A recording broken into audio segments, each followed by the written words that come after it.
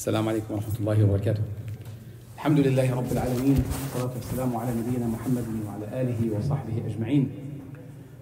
In a book titled مجاني الأدب في حدائق العرب يذكر المؤلف قصة عجيبة. The author of the book titled مجاني الأدب في حدائق العرب mentions a very interesting story.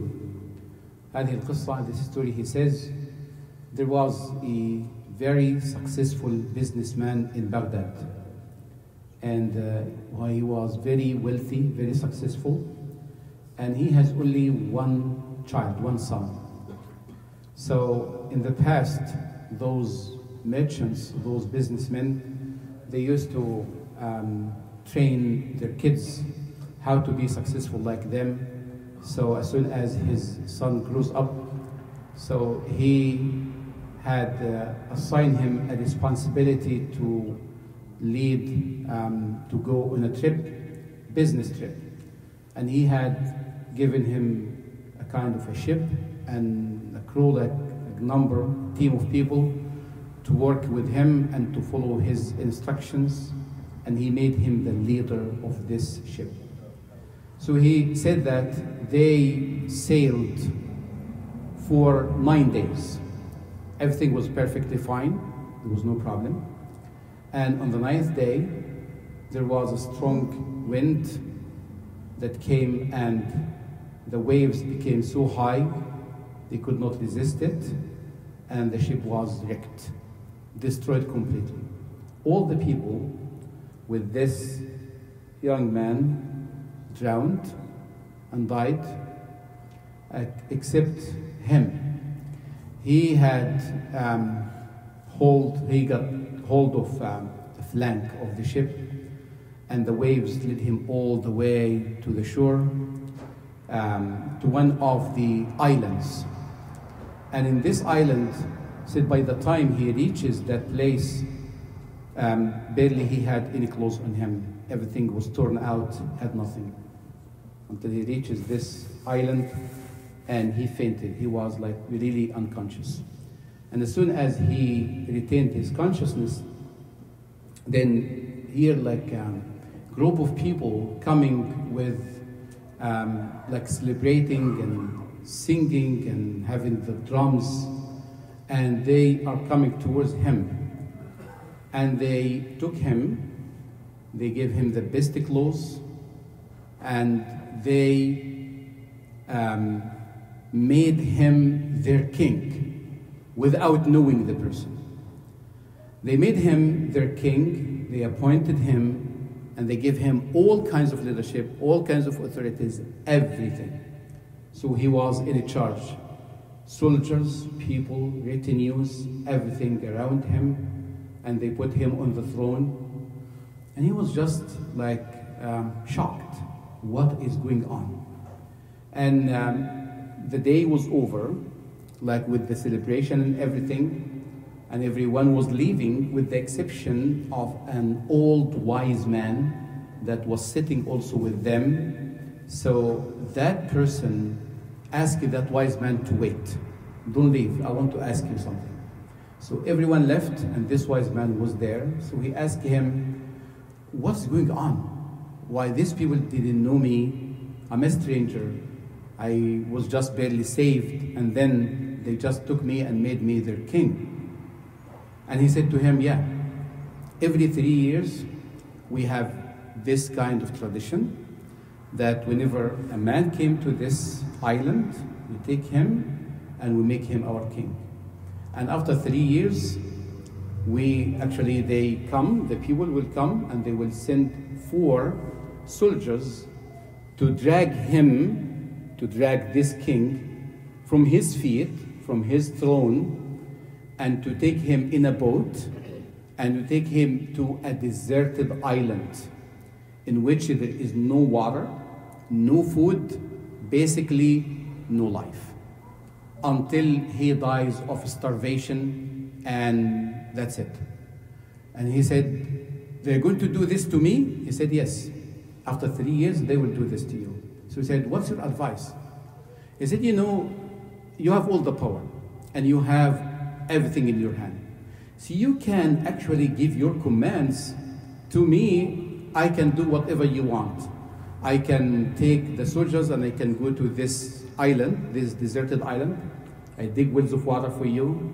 I prepare a good place for you to live over there, plant trees, food and everything. So as soon as the 3 years are over, so you will go there and you will have a chance to live. You're going to die. And he said, you're right, you have all the authorities. Do whatever it takes to prepare this for me. And he said, yes, I'll do that. And he did it for him. And then, after 3 years, the people came, they dragged him from his feet as normal, and they took him in the boat, sending 4 soldiers with him. He reached this deserted island, but over there is not like any other king. He had a good life. Spent some years over there until one of the ships that was passing by this place took him back to his city in Baghdad, and he was saved. By the way, this is not a true story, and it did not happen. But the author of this book, he mentioned this story as a reference to the cycle of life of the human being. And he said that the 9 days that they spent in the sea sailing, those are representing the 9 months inside the wombs of our mothers. Over there, everything is perfectly fine. There's no problem. You don't have to worry about anything. And they were very peaceful during this time. And then when the wind comes and everything is wrecked and the ship and everything, this is representing the delivery and when the person comes to this life. And come what? With no clothes, nothing. And this life, this dunya gives him everything. Those people in this island, this is the dunya that is giving him everything in his power. He had all the authorities to do whatever he wants to do. And that old man, wise old man, that was sitting in the corner over there is actually the Quran. And this is when he consulted with the Quran and asked him what to do, the Quran told him exactly what he needs to do for the next life, in which he either might be ruined, destroyed completely, or might be saved and might have a better life over there. And when he consulted with the Quran told him exactly what to do. And he did what is required for him in that place. The 4 soldiers that are coming to drag his feet, that's represented the 4 people that carry the casket, carry the person after he died and took him to his grave. That island in which he was, being a king, having all the authorities and everything, this is the dunya. And that deserted island that is waiting for him, this is the grave and what will come in the hereafter. So that person, subhanallah, he took from this life what benefits him in the hereafter. And this is what Allah subhanahu wa ta'ala says in the Quran, وَمَا تُقَدِّمُوا لِأَنفُسِكُمْ مِنْ خَيْرٍ تَجِدُوهُ عِنْدَ اللَّهِ هُوَ خَيْرًا وَأَعْظَمَ أَجْرًا. Whatever you forward for yourself of the good in this life, you will see it with Allah subhanahu wa ta'ala more rewarded. And this is true. Every single person in this life has the ability, is like a king, has all the powers and all the authorities and all the abilities to forward for himself what he needs over there to have the most beautiful life.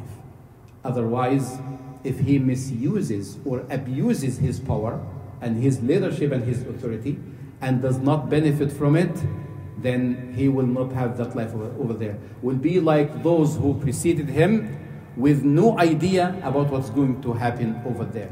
And this is what Allah subhanahu wa ta'ala tells us in the Quran, اعلموا أنما الحياة الدنيا لعب ولهو. Know that this dunya is just amusement and play. وإن الدار الآخرة لهي الحيوان. In another ayah, he says, and the hereafter is the real life. So take from this dunya what will benefit you in the hereafter. He mentioned this story in this way to attract the attention of the reader and the audience, and then he told them what is the moral of this story and how your life looks like. نسأل الله سبحانه وتعالى أن ينفعنا بدنيانا وآخرتنا. We ask Allah subhanahu wa ta'ala to make us benefit from this dunya what will be the best for us in the hereafter. Allahumma ameen ya rabbal alameen. اللهم إنا نسألك الهدى والتقى والعفاف والغنى ومن العمل ما ترضى برحمتك يا أرحم الراحمين. ربنا اغفر لنا ذنوبنا وإسرافنا في أمرنا وثبت أقدامنا وانصرنا على القوم الكافرين. سبحانك اللهم وبحمدك أشهد أن لا إله إلا أنت أستغفرك وأتوب إليك. والعصر إن الإنسان لفي خسر إلا الذين آمنوا وعملوا الصالحات وتواصوا بالحق وتواصوا بالصبر. جزاكم الله خيرا.